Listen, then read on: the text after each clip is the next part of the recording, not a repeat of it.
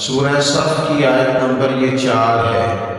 اللہ کریم نے فرمایا ان اللہ یحب الذین یقاتلون فی سبیلہ، فرمایا بے شک اللہ ان لوگوں سے محبت کرتا ہے جو اس کے راستے میں جہاد کرتے ہیں۔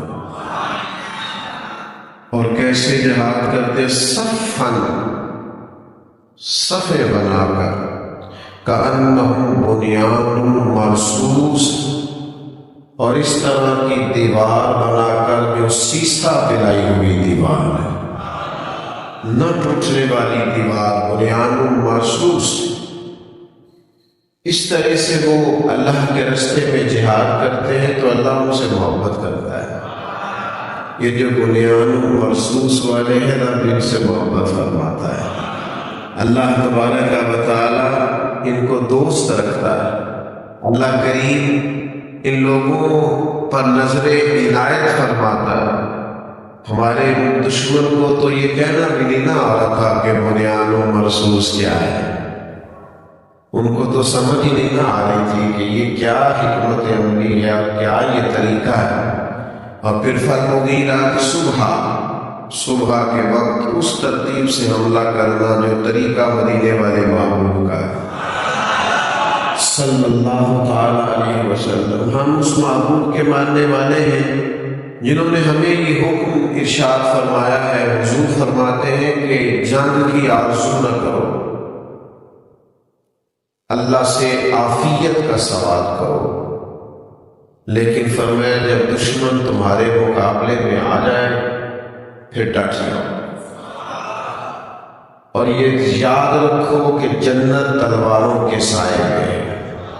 آرزو نہ کرو، خواہش نہ کرو، اللہ سے عافیت ہی مانگو، لیکن جب دشمن آ جائے، جارحیت کا مظاہرہ کرے، تو پھر تم یہ سوچ کر ڈٹ جانا کہ جنت تلواروں کے سائے میں۔ میرے بھائیوں، آپ نے یہ بھی دیکھا بنیان مرصوص کے موقع پر کہ اللہ تبارک و تعالیٰ نے اس قوم کو یکجہتی عطا فرمائی۔ بہت ساری دنیا اور بہت سارے لوگ یہ سوچتے تھے کہ اتنے سارے معاشی مسائل میں گھرا ہوا پاکستان اور اتنی ساری آزمائشوں سے گزرتا ہوا یہ وطن اور اس قدر زیادہ انتشار کا بظاہر شکار یہ دیش اپنے پاؤں پر کیسے کھڑا ہے؟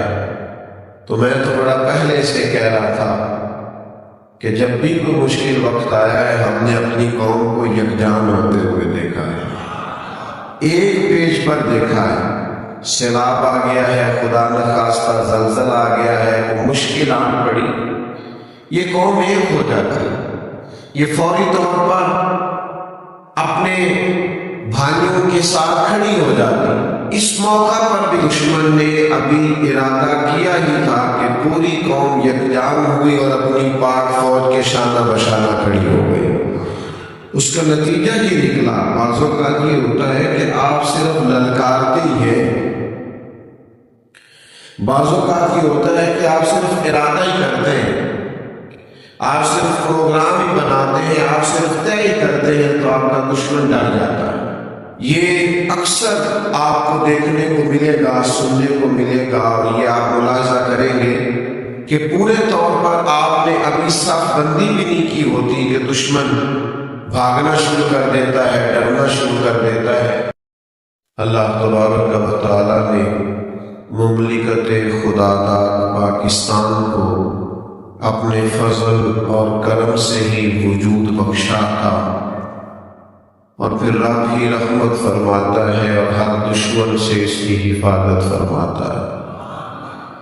اللہ کریم نے تمام دشمنوں کے شر سے اس وطن کو نہ صرف محفوظ رکھا بلکہ اللہ تعالیٰ نے اس وطن عزیز کی بہادر اور مسلح افواج کو پوری دنیا کے اندر سرخروئی اور کامیابی بھی عطا فرمائی۔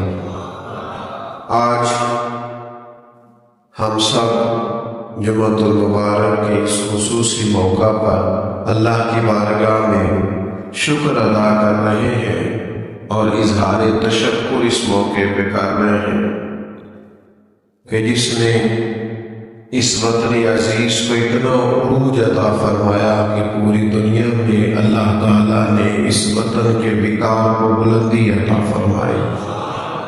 وقار اور